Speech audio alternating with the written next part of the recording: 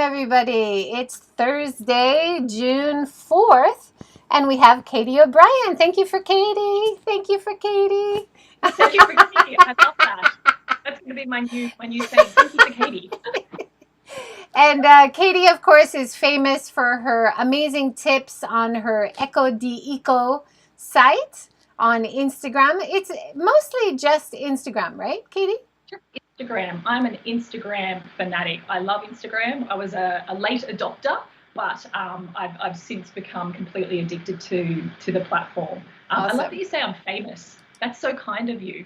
You are. You're famous. Famous. Whenever I need any tips, I always go there. Onizato is joining us from Twitch, saying hello. Welcome from Twitch. Welcome from Periscope. Welcome from Facebook. Welcome from YouTube. Thank you, everybody, for joining. Katie, you want to briefly introduce yourself? Sure. As you said, I'm famous, apparently. My name is Katie O'Brien. As you can tell by the accent, I am very much an Australian living in Tokyo, Japan. My husband, who goes by the pseudonym of Mr. Eco-De-Iko, Ash, we've been here for 4 years. And we both have a background in design and architecture. And so for the last 4 years, being based in Tokyo, we've been working for, architecture and design firms and kind of real estate and development companies whilst we've been here. And Eco-De-Iko is very much, although a huge passion of mine, it's very much a side project. It's the thing that gets done after hours. Yeah. So the reason I found you originally is because you were doing a TV show with Asahi. Do you want to give us a little summary? Yeah, that was really fun. Basically, because of the Eco-De-Iko platform, which I guess for people who are joining from other countries and not Japan, Eco-De-Iko is Japanese for let's go eco, basically. And so I started that Instagram account just as a way to kind of connect with people in Japan who are like-minded and passionate about, sustainability. And one of my followers, who is an awesome Japanese woman who works for Asahi TV, she just reached out to me and we started talking about sustainability, and that conversation kind of evolved into her saying, hey, I'm really loving what you're doing in Japan, and there's not many people that are really doing this. We need to get a groundswell of support. Do you mind if we kind of film you and talk about your journey and how we might kind of, create this sustainability issue and give it a bit more traction in Japan? And so from that, I ended up having Asahi TV come to my work and film me there, and then also come to our house, our tiny little Tokyo apartment, and film us here, which was a really great experience. It was fantastic. And, I think as a foreigner, if you've made it in Japan on TV, that's like mic drop moment. I'm out. Like, I should leave now. You've done it. How are you going to top that? Exactly. What I really love, the show was great, and I don't know if it's still available on YouTube. I haven't checked recently, but they I think the link has stopped, unfortunately. Oh, okay. Too bad. Yeah. That often happens with Japanese TV for some reason. But they also interviewed your students because you were interacting with your students, asking them about how do they reduce waste or do they think about it. Do you want to give a little summary of your students' journey in the show? I love that you call them the students as well. They were actually my co-workers. Oh, no. So, yeah, but that's all right. They are students of life. We can say that. Yes.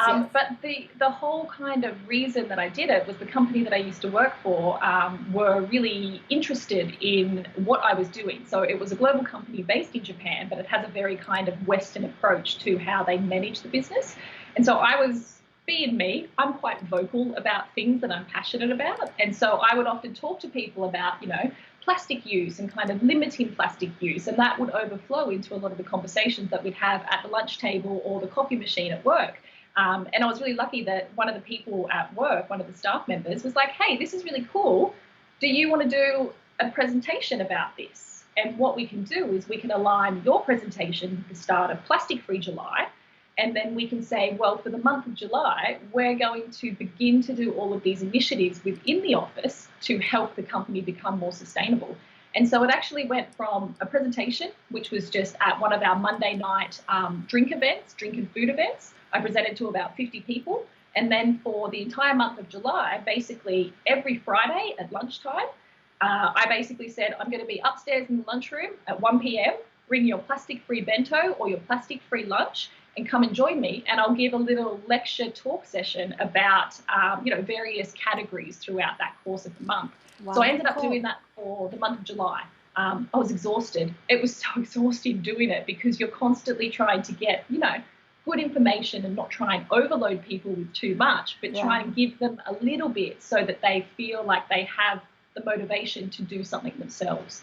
And then the whole Asahi TV happened on our final day of Plastic Free July sessions. And so they came in and filled the huge group of students, as we'll call them, all getting together. And that was really a great celebration of what we'd learnt over the month and giving out awards to people who had excelled in changing their patterns and behaviours, which was really great. Oh, nice.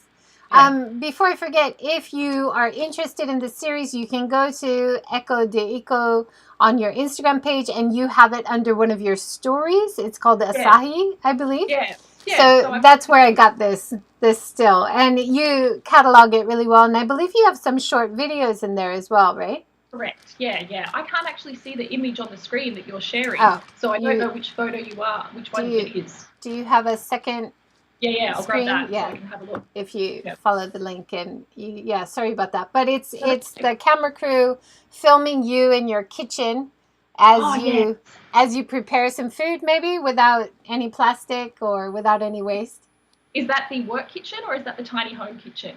It looks quite big. It doesn't look. Oh, that's definitely the work kitchen. That kitchen is the size of our entire apartment here in Tokyo. I was thinking, you were saying it was small, but it looks pretty big in this photo. Yeah, it's like, oh, those Australians, they're so humble. They're so humble. No, that's the work kitchen. Like, what kind of place do you have in Australia? I'm not sure. What I absolutely love your Instagram page, and the fact that you're doing it in your free time after work, I think makes it more enjoyable, because it's obviously a passion project for you, and your design, the simplistic minimalist design that you use on all your photos, is so beautiful, and I just love it. So we're going to go through some of my favorite recent posts. Sure, is that okay? Sure. Yeah. Sure. I was just going to say, on that note, it was actually interesting because you can see I've got this fantastic concrete wall. So we live in a great apartment which is all concrete. It's absolutely beautiful. And there's a famous Japanese architect called Tadao Ando, and he does very well-known concrete architecture. And so we call this the fake Ando house, or the faux Ando house. And when I first started posting a lot of my information using, the format that I use on Instagram, so many people were like, your photos are making plastic look beautiful. You probably shouldn't do that because of the way that they're composed. And I was like, that's actually a good point. I need to make it look less desirable. No, I don't think it ever makes the plastic look beautiful. I think it's a great backdrop. Like where you have right behind you, I have the photo of your month of February plastic. Is that an entire month in that bag? Two people, yeah. So that's for Ash and I, Mr. Eco-De-Iko and I. Yeah. Well, is that the most recent February one this year? I think so. Yeah. I think so. I think it's important to acknowledge that, a lot of people in Japan would look at that and be like, impossible, cannot do it. But that's taken a good almost 2 years of really changing how we live to be able to get to that point. Yeah. If you were to make the commitment tonight, you wouldn't get to that in 1 week. Like it would take forever. And has it improved the options that you have to get to a point where you can shop, you can buy food without waste? Has it gotten a little bit easier in this last year? Completely, 100%. Compared to when I started this journey 2 years ago compared to now, I think it has to do with in the lead up to the Olympics, there was a lot of kind of focus on Japan modernizing their ways because they were really, I guess, cognizant of a Western lens looking in and I guess judging them. So a lot of really great practices and initiatives have changed courtesy of the Olympics coming so quickly. So I think 2 years ago, 3 years ago, if you were to go to, say, a bakery and say, oh, could I have this in a paper bag or no plastic, I think you would get some pushback because that's not what we do here. Yeah. Whereas I think now a lot of the younger people who are in these kind of hospitality and retail positions, they are more aware and they're more accepting. And they're like, oh, yeah, sure, that makes total sense. Happy to do that. So 100% a complete change in the last 2 years, which is really good. That's great. Although that said, during coronavirus, it is a little bit trickier, right? Like Correct. you Yeah. you had a great post.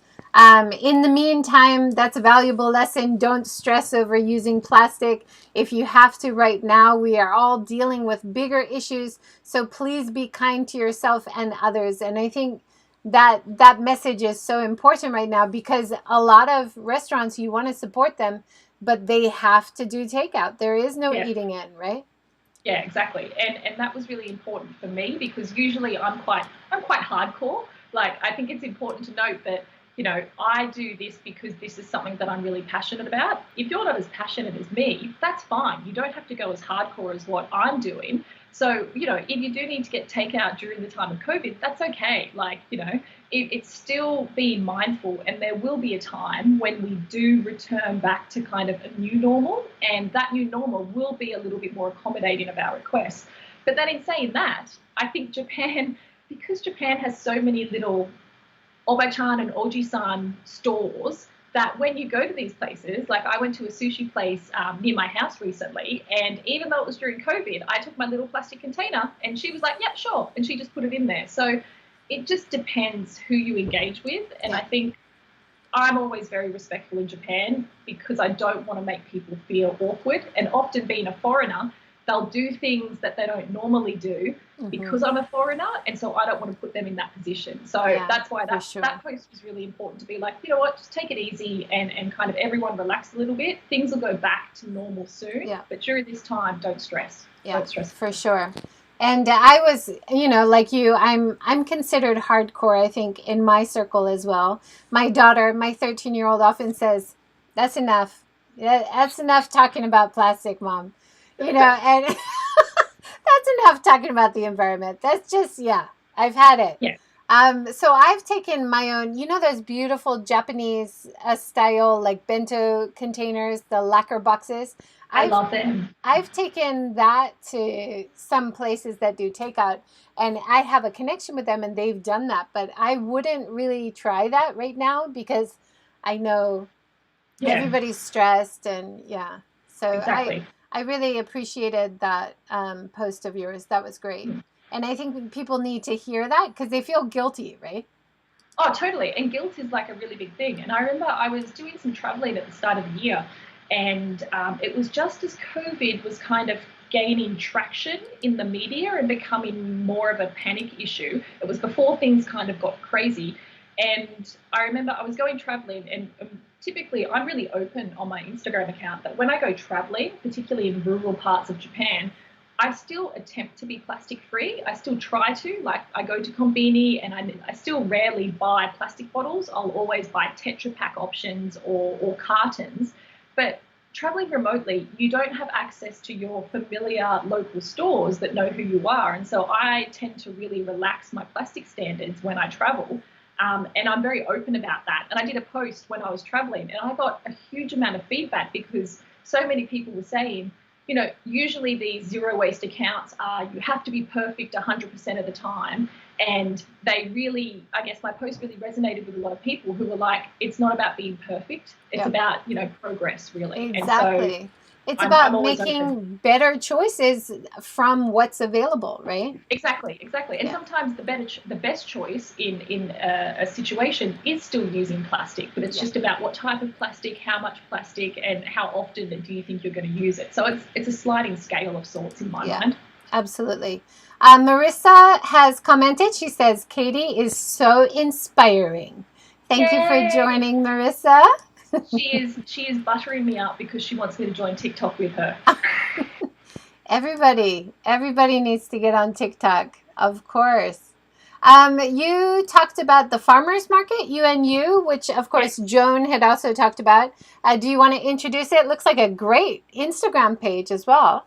Oh, Farmers Market, they are amazing. And so for anyone who doesn't know, the Farmers Market is held at the United Nations University in Aoyama, I think it is. And typically in non-COVID times, it's usually Saturday and Sunday. And so you can go there and everything's not plastic free, but there is a huge portion of vendors that have loose stock and items. And then when you kind of go to buy something from them, you can say, "Hey, do you mind not wrapping this in plastic?" I actually have a really cool Oji-san tomato man, and he knows that when I take my little ASOP cloth bag, which is this one, so I just take this whenever I go to the farmer's market, and he always puts extra tomatoes in there because he knows that I'm not going to use his plastic, which is really great. That's nice. So Yeah, it's not already pre-wrapped in plastic, like you can choose sometimes? You can choose. Some vendors have pre-wrapped items, but then some vendors have non-wrapped items. But if you purchase it, they will put it in plastic. So you need to kind of act quickly and go and hold out your bag and say, you know, daijoubu desu ka, and hold this out. And they're like, oh, yeah, zen daijoubu. And, you know, they're usually pretty good. That's good. But some other really good initiatives that the farmers market crew are doing is they've just started boomerang bags. So are you familiar with them?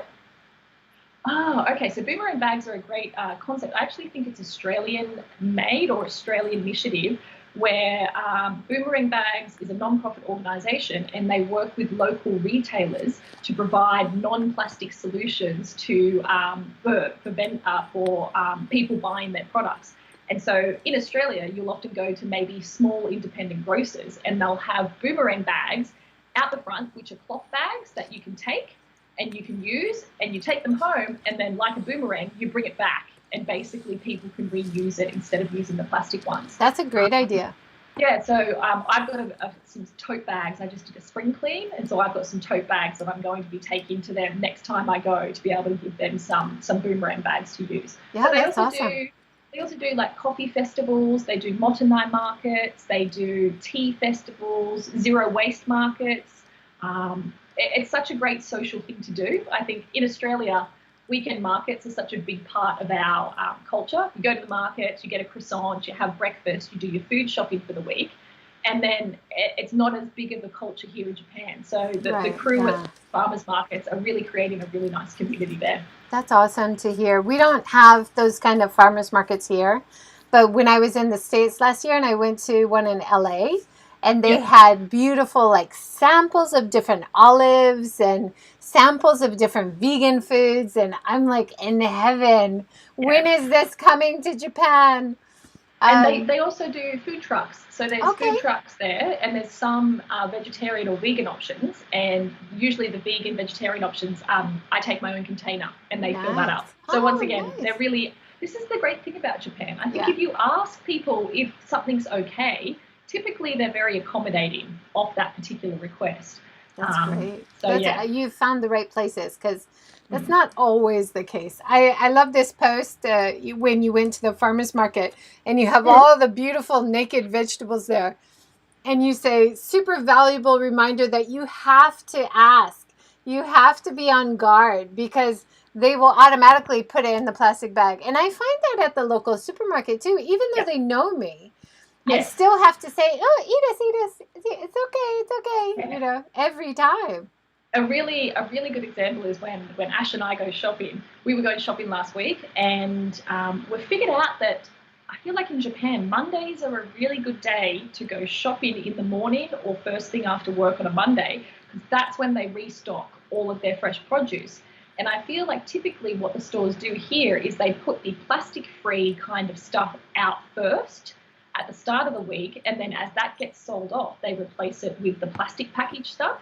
And so last week we went, and there was kiwi fruits in this beautiful little cardboard boat, effectively, like 3 or 4. So we got 2 packets, and I went to take the trolley back, and I said to Ash, watch her, because she's going to pack it, even though it's already in cardboard. And Ash literally looked away for a second, and I came back, and he's like, I'm so sorry, I didn't get her in time. And she had taken all of these kiwi fruits out of paper packaging, cardboard packaging, and put them into plastic bags. And it's just like... Is that because they were reusing it, the cardboard, or... I don't think so. I think it's just the approach of a motenashi. Like, plastic will protect things better than the paper will. So we're going to make sure that you get it home so it's in a good condition. I don't think it's not willful intent, but No, I agree. Yeah, the idea is plastic is clean, plastic is useful, plastic is wonderful, but we need to change that mentality, because plastic is forever.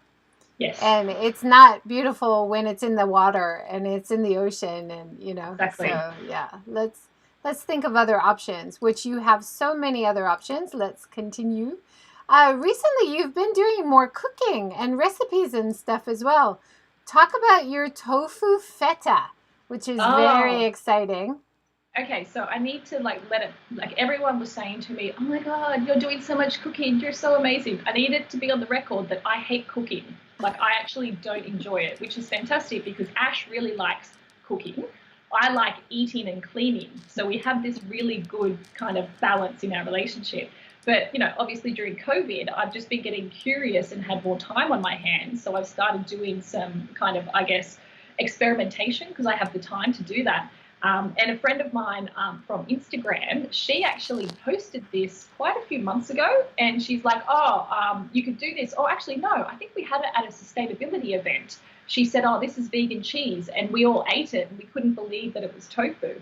And so basically, what's really great is you get a block of tofu, typically like a momen or a solid tofu, and you basically wrap that tofu block and then you weight it and press it. And so because it's summer here in Tokyo, it's quite hot. So I put it on a plate with a tea towel and another weight on top, and I let it press overnight in the fridge. And then it basically comes out and it becomes this really kind of solid, chewy, kind of creamy vegan feta cheese in a way. So you just put lashings of olive oil on it, lots of herbs. You can use fresh herbs or dried herbs, and then a squeeze of lemon juice, and it like is a phenomenal substitute for dairy, which I'm trying to give up but kind of failing at. So this is kind of something to help me along the way. That's awesome. Yeah. That is one thing that every time I go to Costco, my husband always says, get the feta, and I hate it. It's in these small plastic containers. So not only like we've been trying really hard to go vegan, give up dairy. If we don't all the time, it's no big deal. You have to forgive yourself. It's really hard. But that packaging driving me Yeah. crazy. Do you have Have you do found you tofu without the packaging? So this is another great thing that I always talk about, and it's one thing that I'm always really vocal about on my page, is that in Japan, we like people don't realize that all those oji-san and oba-chan grandma and grandpa shops that are still hanging on after 30 or 40 years, they're tucked around a back street. You've got like the machiya, which has like the shop front down the bottom and the residence up the top. We have fantastic rice shop around our neighborhood. We've got two rice shops within walking distance of our house. We have a tofu shop, we have a miso place, and I've got a noodle man as well. And Oh, so I think this is the amazing perfect. thing about Japan is that I think all of these places still exist. Because of where we live in Nakano, it's a little bit more old school. So I think we have a bit more than, say, what you'd have in Roppongi or kind of anywhere around there. But we just go to our tofu lady every weekend and we take our containers and we buy probably, I'd say 6 to 8 blocks of tofu every week. I think I asked the question on Instagram, you buy 10 in your household? Did you say 10? Yeah, we go through a lot of Yeah. tofu, and it just drives me crazy because the supermarket does take a lot of containers, but they do not take the tofu container. Oh, that's frustrating. And it does not go in the recycle. It says it does, but it doesn't really get Okay. recycled. I think it's part of the plastic that's like 20% gets recycled. It's like Got PET it. bottles, Have So you searched for a tofu I shop? I have been asking around. I've been searching. If anybody Interesting. knows of a tofu place in Hiroshima, please tell me. Because I think, like, obviously not being able to read Japanese very well, I just searched in English on Google Maps and I found 3 tofu places around kind of Nakano area. And that's what I always say. Or just do a Google Translate, get tofu shop, and then put that in your Google Maps search. And I think you'll find a lot of people, I'm gonna yeah, keep searching. I'm not gonna give up.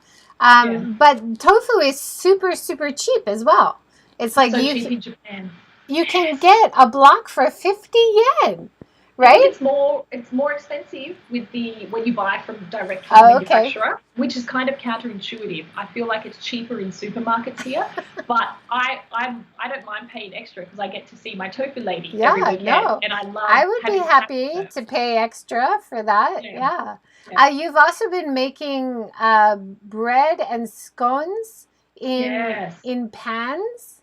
Yeah, so we this is something that is painful about living in Japan. Coming from Australia, where we have such a huge culture of baking and roasting, Japanese kitchens typically don't have ovens. And so we've actually lived for 4 years without an oven, and I've really, really missed baking. And so Ash was fantastic in going, I want some scones. Just one day he was like, I want some scones.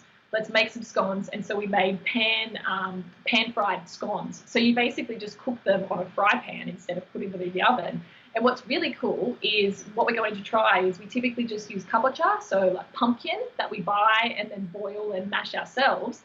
But the next time we do this, we're going to try it with Yakima, so roasted sweet potato that you buy from the shops here, and see if that changes the flavour a little bit and makes it a little bit more Japanese, kind of British, this weird. That would be wonderful. Yeah, worth trying. Do you ever have the Yakima sellers coming around your area, the trucks? All the time, and it's my favorite thing in the world. So it's such a great healthy snack, right? I love it. I love how healthy it is. It's plastic free. It always comes in paper, which is awesome. And once again, even though it's more expensive to buy from the little man that drives around the neighborhood with his truck and all the baked potatoes in the back, I'm happy to pay more because I get to interact with him. And that's a big part of what, like, I value that experience. So for me, an extra 100 yen, I get to talk to Oji-san Yakima man. And it's like a really wonderful Japanese experience that I think as a foreigner, it's like the ice cream man in Australia. It doesn't happen in Japan. You have the Yakima man. Yeah. And so it's a nice memory, I think, to have in Japan. And it's a wonderful way to promotion of heritage in Japan, right?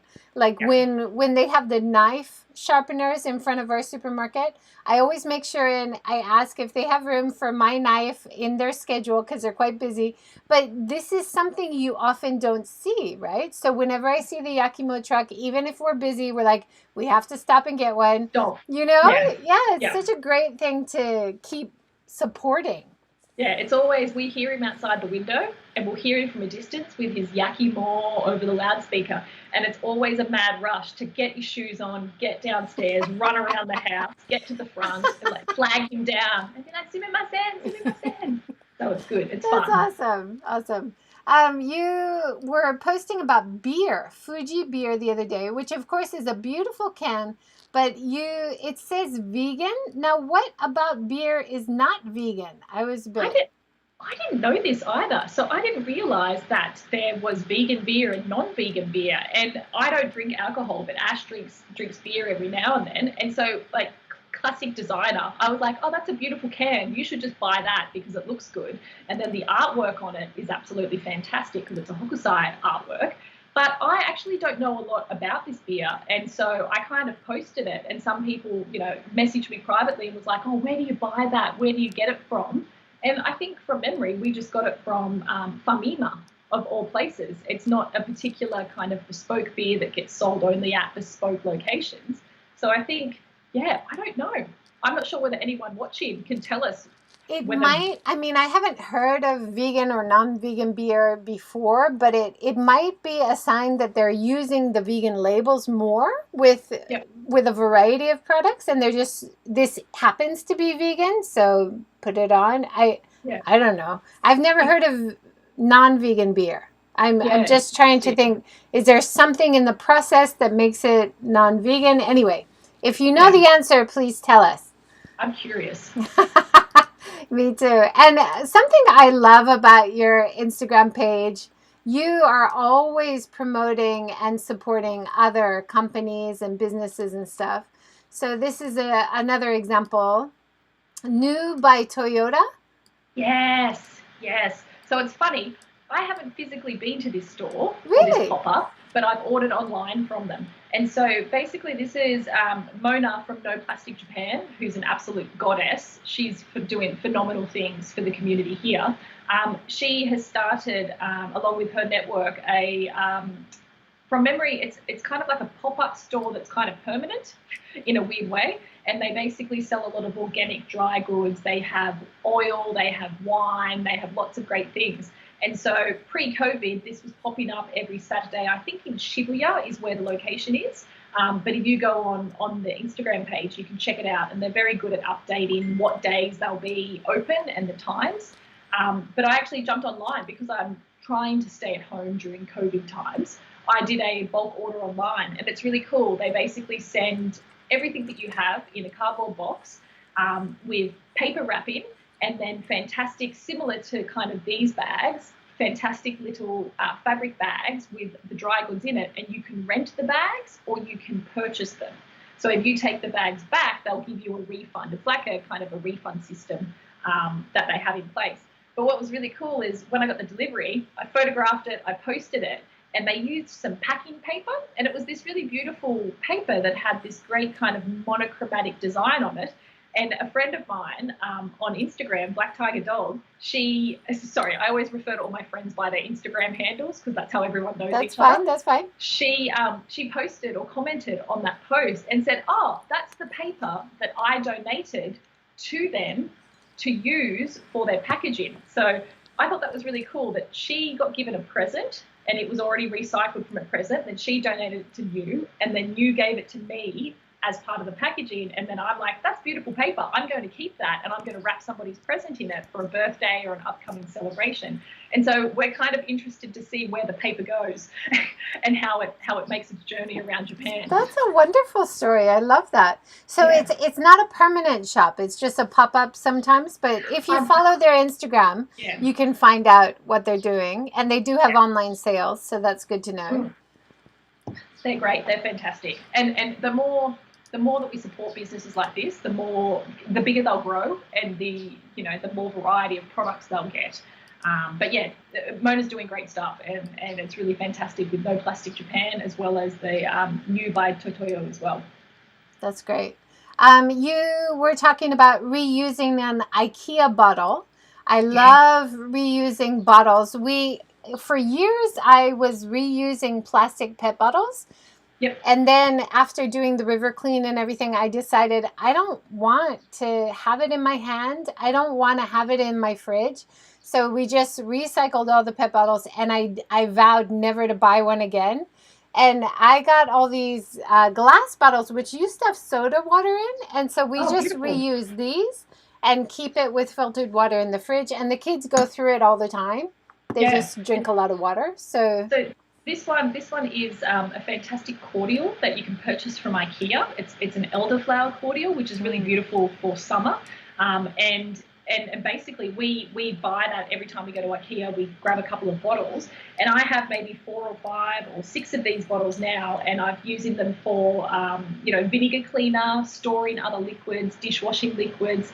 And because it's got like that aluminium screw top, it's really kind of hard wearing and long lasting. So I love IKEA for that. I know some people are like, oh, IKEA is bad, but if you actually go to their food section, a friend of mine recently gave me a wonderful care package to say thank you for some stuff that I helped her with, and she gave me a care package, a shoebox full of amazing stuff from IKEA that was all plastic free, all glass, paper and tin based, and they have lots of fantastic products that you can get there. So that's wonderful. I think it's just an important reminder that these companies that you sometimes think don't offer sustainable plastic-free solutions, you just need to dig a little bit deeper and you'll actually find something. It's the same with Costco. Costco has great bulk options. Yep. They do have a lot of plastic. They package everything in plastic when they ship it around the world. They're using plastic, but the fact that they're selling things in bigger containers means you're buying less packaging most of the time. So if you're looking for better options, there are. We don't have IKEA here, but Costco, definitely you can find better options too. This is what I always say, and it's kind of like that scale that we were talking about. Sometimes you can't go completely plastic free. So what I always say is plastic's okay if you buy in bulk. If you are buying everything in your kitchen in 4 kilograms, 2 kilogram bulk packets, that is 110% better than buying something in 6 little individual packets. And often it's cheaper as well. So you kind of get the benefits of both worlds, that you get the cheaper option and then you're getting more of it, and then you don't have to shop for it all the time. And so I have no issues with Costco buying things in plastic. Same with Amazon. I still buy things on Amazon in plastic in 3 or 4 kilogram packets, because for us it's really efficient, especially in Japan where we don't have a car and you don't want to be carting around that much stuff on your backpack or on your bike that whole time. Yeah. I picked up this coffee you brought back from Korea. Yeah. And that's exactly what you say. You say this is in plastic, but it's much bigger than single use, those Keurig The single-use coffee containers are ridiculous. You can't recycle them.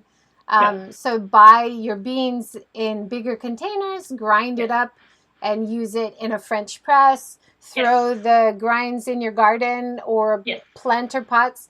It's a much better, less wasteful way to make coffee, right? Yeah. And we, like, this is also an interesting post. So a friend of ours, Adam, I'm not sure whether he's online watching this at the moment, but he's a coffee addict. Ash and I are coffee addicts. We love coffee and we love trying lots of different beans from different roasters. And our little thing that we do is we have this thing called coffee miyagi, which is basically the omiyagi that we buy each other whenever we go traveling throughout Japan or internationally. We always buy each other coffee, and that's our thing. And so this packet, I think, is only like maybe 750 grams or maybe 500 grams. It was actually quite small, but this is the one thing that we still do. Like, we love coffee, and yes, it's in plastic, but it's something that we're still wanting to do. And I think that's a really important bit of information and advice, is that don't stop buying the things that make you happy. If you love kind of coffee in plastic, or you love a particular biscuit in plastic, if that makes you happy, keep on buying that. Look at other areas of your life where you may be able to make changes, and then you can make an impact there. Because I think if you just try and go zero waste from the start, you'll just get completely depressed, because you won't have any of the cool stuff and the fun stuff and the yummy stuff that you used to having, and you'll just stop doing it altogether. So I think keep the good stuff, but buy in bulk where possible. Yeah, and just buy what you love and buy better quality, but make better choices when you can, Yeah, exactly. Yeah, awesome. There was, you were an active consumer, getting in touch with a magazine that was sending you junk mail. Right. I love this, and I need to do it. I'm so proud of you. Good for you. Yeah, so this is, I'm so, like, in Australia, we do have pamphlets and kind of mail outs, but a lot of retail stores have actually gone online, and you get emails. And so for me to receive this, I bought a pair of cool shoes from them about a year ago, and I'd completely kind of forgotten about it. And then I got this in the mail, and I was like, why are you sending me a catalogue that's a beautiful catalogue from a design perspective, glossy, really lovely, it aligns with the brand, but then completely wrapped in plastic as well. And so I kind of just contacted them on Facebook and was like, hey, my name's Katie, I gave them a bit of backstory and said, are you able to remove me from the mailing list, because I actually don't want to receive any physical mailing anymore. And it took a little bit. I think, maybe the system in Japan didn't have an opt-out of the mail-out system, because I feel like in Japan it's very common to send things out and give lots of information to people through a hard medium. Japan loves paper, we know that. Fax machines in every house still. When they saying that, I feel like one of my friends, Victoria from Biku Designs, I posted a funny meme about Japan and fax machines, and she said, we've got a fax machine. One in 3 Japanese households still have them. We do too. We've always had one, and still sometimes you'll get a request from some company to send something by fax, Wow. It's amazing. That's amazing. So anyway, the outcome was that through a little bit of negotiation and a bit of back and forth, they've removed me from the mailing list and added me to their emailing list, which I was on already. But yeah, sometimes you just have to ask. Very, very good point. And I'm a member of Patagonia and Montbell. Can you guess which one is sending me paper and which one is doing email? Patagonia, email, Montbell, hard copy. Yeah. And it's like you say, it's a beautiful magazine, but I don't need it. You can send me a beautiful email with all the same beautiful images. So I need to get on that. I'm inspired by you. Thank you so much. Good tip. Good tip. The wooden boxes, the wooden bento boxes. Caillou Package. Oh, Caillou Package. Oh, this is so cool. So Caillou Package are a fantastic business. They're kind of just new in Japan. So I managed to kind of cross paths with their company at WeWork, where I used to work. And what they're doing really well is basically Japan loves plastic bento. You see it in konbini, you see it in a lot of takeout stores. Everything's always a plastic bottom and a plastic top. And what Caillou Package and Cohen and the team do there is basically they produce this fantastic sustainable wooden base, which is made for use with food, and that is basically used instead of having to do the plastic. And so that in Japan goes into your burnable trash, because that's exactly what we do here. But it's a much better solution than having plastic being used and then burning that plastic. And so these guys are starting out. They're only new, but they're gaining some traction. They just got to, I think, 500 followers the other day, which is really cool. So that was a big moment for them. And I think we really need to support companies like this in Japan, because there's not many companies that are actually doing this. Yes, so absolutely. And I have some very exciting news. Since I saw this today, I have reached out to them, and they are going to be on the Seeking Sustainability Live on the 25th of this month. Cool. So very exciting. Awesome. That's great news. You'll enjoy chatting to them. They're great. So yeah, it's fantastic that there is this young generation of Japanese people that are going, you know what, this isn't acceptable. We need to change. And I think the power is really coming from this generation, which is great. That's awesome. And so much thanks to you for your posts and for your shout outs to other companies. And I mentioned this to a few other people that I talked to, but this needs to be happening more and more in Japan. I think you were talking to Robin about that. Was it with Robin? Yeah. And they're also, Maimizu is so good at shouting out for other people. Whether you have a business relationship or not, you need to be supporting other businesses. That's just what we should all be doing. And I know it's counterintuitive, but it's the best way forward for everybody. But I think it comes from a place of where, as a business owner or an individual trying to do something better and out of the ordinary, it's really difficult to do that. And I think, if I look back to when I first started out trying to do this in Japan, it was really hard trying to live plastic free, because I didn't know anybody. I didn't know the process. I didn't know the products. And only through kind of interacting with people and kind of getting that relationship going, people then respond and say, hey, have you tried this shop? You can go here. And in the same way that businesses are like, hey, support this business A, B, C, and D, whoever it might be, that's only going to make your business better. It's going to get more traction and more benefit and exposure. And I think that's very much a trait of the sustainability business, in that everyone is very happy to help each other out, because we're doing it for, obviously there is a business, there is a monetary kind of underline to it, which is fine. That's what it needs to be. But also there is that care factor as well. And I think there's that empathy with wanting to do something better and make a change. And so everyone, I feel, in this community is very much about shout outs, which I love. It's fantastic. Yeah. You also give a shout out to a used clothing shop that you... Oh, is that Baz Store? Oh, yeah. Baz Store, yes. I think. So I love Japan, because I always joke that I love shopping in Japan secondhand, because I'm the size of a large Japanese man. I'm quite tall and I'm quite broad. Yeah, I'm about like 177 centimeters. So I'm like a large, tall Japanese man. And so I tend to like black clothes and very kind of masculine clothes. So I just shop in the men's sections of a lot of these places, because I can find things that really suit my kind of urban black look that I like. The female sections are a little bit harder, because I'm a bit bigger. I can't fit into the tiny Japanese sizes here. But Baz Store is fantastic. They've got quite a few chains around Japan, but particularly in Tokyo. And it's just really good quality secondhand products. It's not like kind of thrift stores in Australia where it's kind of scraping the bottom of the barrel for things from like the 80s and the 90s. It's really fantastic, because Japan... people there's a high turnover of fashion here to look good. It's a very fashion forward culture. And so people wear something for a season and then they on-sell it. And so Baz Store is really fantastic for that. So they do buy clothing as well? Yes. So you can basically take a big bag of stuff to Baz Store and they take the whole thing, or smaller items. And often they'll have a scale of things. So they have, the cheaper stuff, in the back of the store, but the more designery stuff at the front, it's a little bit more expensive. Well, that's good.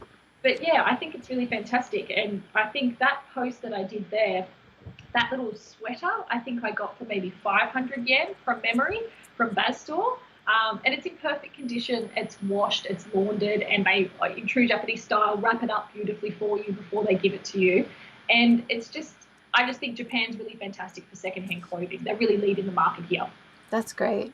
I haven't ever seen any of like the clothing libraries or places where you can borrow clothes and then give it back, like pay a membership fee. I've heard about that in California, and that is a really cool idea.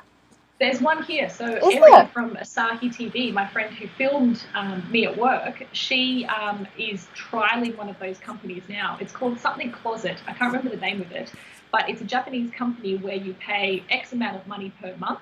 And she was trialing some business clothes for her to use at work. It's Um, perfect because it yeah, usually costs a bomb and you don't really need it all the time, just like yeah, for a special presentation or meeting or something. yeah, Same for like formal clothes. You have a really fancy dinner you need to go to. How many times are you going to wear that? And you spend a fortune, right? So, what a yeah. great idea. I have a friend that I used to work with. She actually hired her wedding dress, and so she got married in America, and she was in Japan organising her wedding in America, and so she was dress shopping online and got it delivered to her house, and or from memory, maybe she tried it on. I can't remember what it was, but basically she organised it all from Japan, and it was ready to go when she got there. Wore it, fantastic Awesome. gold glittery sequins number, and then basically had the best wedding photos ever because she's a gold glitter ball. It's amazing. That's awesome. And for people that bought their wedding dress, I mean, I didn't buy it like, I think the wedding dress I bought was actually a bridesmaid's dress because it was more simple.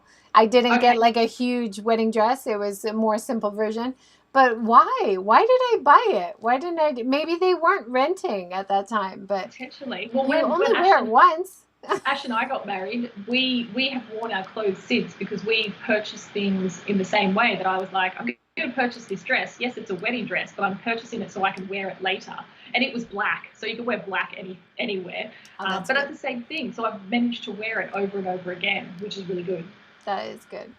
Talking about shouting out to companies that aren't in Japan, you really love a shop called Dirty Hippie, is it? Yeah? Yeah, Dirty Hippie Cosmetics. Okay. They are an Australian brand and they are phenomenal. They basically are an ethical and mindful, vegan, cruelty-free cosmetics brand. Um, I I don't like, despite the fact that I come across this on Instagram, I don't like having to shop around for a lot of things. And so I was getting to the point where I was using up all my plastic makeup and kind of what I would say would be chemical based makeup. And I somehow stumbled upon their Instagram page, and they do everything plastic free, either in glass or in tins or in cardboard. And it's just an amazing brand that's really ethical and really beautiful to use. It's a little bit more expensive. This is the thing that I always come back to. Unfortunately, a lot of these ethical brands at the moment are a little bit more expensive than the cheap stuff that you get because you're paying for a product that obviously is a higher quality, it's ethically made. So for me, I personally want to invest in that because I'm able to. But I think they're fantastic. I do a big bulk order and then they send it over from Australia. Or when I travel back to Australia, I do a bulk order and get it sent to my parents' place and then I bring it back in luggage. That's Um, that's awesome. I'm also a huge fan of Lush, and you can get love Lush. the reusable containers from Yep. Lush. There was one company I found um, it was a pop-up shop, and it's Japanese made, and it's called Steam Cream, and it Ooh. also comes in reusable metal containers. Oh, Really cool. beautiful hand cream, face cream, but I've only ever seen it once or twice at a pop-up shop and never again. Okay. But So, Lush is fantastic. oh, So Lush is great. I share all these Australian products or American products online, and then often I'll post underneath it, does anyone know a local Japanese product equivalent? Because that's the aim. The aim is to not have to order in from America Yeah. or internationally. I want to support Japanese business. Well, Lush is all made in Japan.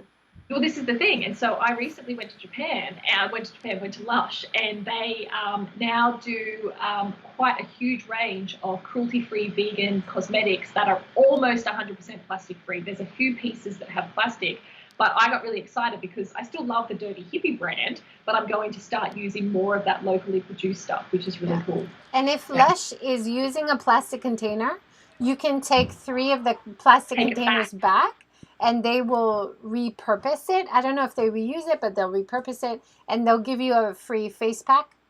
Yes. Yeah, which is really good. Really nice, really great company. And I was really happy to hear that all their stuff in Japan is made in Japan in one place. Yes. So Yep. It's using great because they local often have the ingredients. little like made by Taro or made Yeah, by yeah. Momo on the back, which is really cute. Isn't that awesome? Also, your reusable Ziploc containers is really great. I haven't Oh, seen that in Japan yet. is this the stasher bag? Yes, I think so. Yeah, It's like a these silicone. are. There you go. Yes, I love these. These are fantastic. Where So did yes, where did you get that? I got this in America when I was Okay. there for work. I got it from a package free shop. But Stasher Bag Japan is an account. There's somebody that basically set up an account here in Japan, and they're fantastic. They're food grade silicone, and basically you can use them for anything. So you can see I had apples in them. We freeze fruit and vegetables in it to use for smoothies. Noodles from the Noodle Man. You can put your phone in there and it becomes like a waterproof kind of container. They're fantastic because I still use Ziploc bags. When I moved to Japan, I had a big stash of what I packed things in, and I'm still using them, and that's fine. I don't see, Use why. it as long as you can. Yeah, but What having you a couple of have. things is really good as an alternative Yeah. for food-based stuff, which is really good. Yeah, awesome. Great idea. Also, hard candies, which you can get in Japan. The reusable metal containers are so cute. The Sakuma drop, I think so, yeah. the And old school in can, in yeah, Hiroshima, we have like certain themes, different themes for different areas. yeah. It's like a retro style suite, right? Super vintage, and I think they've been around since like 1913. It started the Meiji period or something like that. And they're really popular because the tin was featured in Grave of Fireflies, the Studio Ghibli film. And so whenever I post that I get a new Sakuma tin, everyone's like, "Oh, I love that movie!" Or everyone gets emotional about it because it's so sad. Yeah. Oh, where is it? Oh, there it is. The metal container. It's so So cute, and I often retro and buy. cute. Yeah, and I often buy those for plastic-free omiyage when going back to Australia because they're so Japanese and so retro, but also delicious for kids and adults. Everyone tends to love them. So that's a really good plastic-free omiyage that you can kind of take on the plane easily. Yeah, I love them too. And then you can reuse for keeping, thumbtacks or whatever you like in it. Yeah. There was another, trash is for tossers. And Oh, you often, what is her brand? She's got trash the is for package-free tossers. shop. Yes, yes. Package-free shop. So Lauren started the package-free shop. I think from memory, she was studying fashion, was a fashion major in America, and she's really famous for being the woman that has like 8 years of trash in a single, and you can see, yeah, she has it in a single kind of mason jar. Yeah. And like when I think I'm too hardcore, I look at her and go, wow, she's particularly hardcore. But I also think in America, you've got a lot more options for what you can access from a plastic-free perspective. And so when I was in America, I went to the store in Brooklyn. It was kind of like I positioned it as like my Mecca. It was like going to my Mecca, and I spent 2 hours in there talking to some fantastic retail assistants who were really wonderful. The brand is amazing. And I think it's a really good option for everything to be in the one spot. You can literally go in there and get fully kitted up. And I think it's also important to acknowledge that even though there's all these great products and great stores out there going, hey, you can buy all this zero waste stuff, at essence, the zero waste movement is about buying less stuff. And so I think it's an important reminder that you don't need to buy the fancy new cutlery set. You can just use the cutlery that you have in your cutlery drawer. You don't necessarily need to throw everything out and replace it immediately. It's a process where you kind of go, okay, well, maybe I have something plastic that'll break, and then I'll replace it with a more sustainable solution. But don't start replacing everything at the start. Like, use all the plastic you have and reuse it as much as possible before making that transition. Definitely. And I think that's a point that Marissa also touched on in the Eco Hachi wraps, that she was talking about. I feel bad when people want to buy new ones all the time because you can use them for years. And I think that's so true. Just use what you have. You don't need like a brand new spanking new set or anything. So for example, she's got those beautiful sets like the zero waste set for going out, Yep. right? I have my furoshiki and I have hashi and my reusable straw, and it's all Perfect. just wrapped with a headband. Oh, see, that's perfect. And it That's fits so perfect. nicely in my purse, you know, It's and lovely. it's for me I, and the kids, and it works fine. I got this cutlery I set from love Package that. Free Shop, and it's black, of course, but I ended up getting this because I had a metal set that got confiscated when I was traveling. And so I went, okay, well, when I travel, I'm definitely going to use a bamboo set because I think it was Bali International Airport took my non-serrated metal knife. They deemed it as a weapon. I I was see. devastated. So that's why I transitioned to a bamboo option, I mean, which I is better for sometimes look buying. at the metal straw, which I really like for smoothies and everything, but Yeah, I do think if you fell on it, it would be bad. it would be. That would be Well, quite if you uncomfortable. fall on most things, if you Anything. fall on chopsticks, it'd be bad. This is true. Bamboo ones would hurt. All right, we got 4 more minutes, and I've gone through all the photos I wanted to. Cool. Any other good tips to end on? Oh, I think I think the basic thing is to start small. I always talk to, friends and people who have questions, or when I give my little eco session talks to businesses and MPOs, I always say start small and start slowly, especially in Japan. I think in another country, you could just go hell for leather and smash it out of the park. But Japan's not set up like that. It doesn't mean that you can't do it. It means that things will just take a little bit longer. So I always say just start small and don't expect things to change overnight, and realize that it really is a process. It's such a Pantene ad thing. It's not going to happen overnight, but it will happen. Yeah, so start small. Forgive yourself if you have to buy something that's plastic or single use. You just have to do it. Don't give up things you love. I think there were a few really great takeaways from this conversation. Thank you so much, Katie. Thank you. It's been really good. I think, it's great. We were talking at the start that I feel like I know you. I haven't physically met you, but I see you online doing all of the fantastic work that you're doing. So thank you for creating this fantastic community, because if it wasn't for people like you, we wouldn't have all of this network happening. And I think that's the key to making Japan kind of really become a leader in this industry, in this field, is that it's about starting small, and it's about that kind of, grassroots movement, because that's going to make the impact in Japan once everybody kind of catches on and moves in the same direction. I think so. And supporting each other. And when you Yep. see good ideas, share the ideas and tell people, hey, great idea. Or even just liking stuff that people Yep. post makes a big difference. Totally. Prasanna has a comment. Prasanna, thank you. Inspiring talk again. Thank you. Thank Thanks, you for Prasanna. joining. And Marissa has some details about the vegan beer. Oh, what did you say? I heard that sometimes they add gelatin to beer to clarify it, similar to the production of wine. Oh, no. So it is a good idea to look for the vegan label, I guess, if you really want to be strict. Interesting. I had no idea about that. That's good to know. I had no idea. But it's like, would you ever realize that gummy bears are not vegan? You know, marshmallows are not vegan. So there's a lot of things that you just don't even think about, like it wouldn't be. But yeah. Thank you, Marissa. That's good details. I will check on that. I'll see you on TikTok, Marissa. Yes. Everybody's getting on TikTok, right? Oh, we're too old for TikTok. Too old. Well, I was talking to Robin about your amazing My Mizu short video that you did. That would be perfect on TikTok. Oh, which video was that? You were filling up the water and showing, and that was very TikTok-ish. I'm not sure whether you saw the take before that. I pushed the bubbler and it squirted. You know how Japanese bubblers are crazy and they squirt at 100 miles an hour vertically? It got me on my hat. So you should go back and look at that. That was the take before that. Oh, I have to look. But everybody definitely check out Eco-De-Iko Instagram page. Katie has so many beautiful photos, amazing tips that you have to check out. And yeah, keep in touch. Thank you so much, Katie. Talk to you soon. Thanks, everybody. See you tomorrow at 5 o'clock. We're going to talk everything about shochu tomorrow.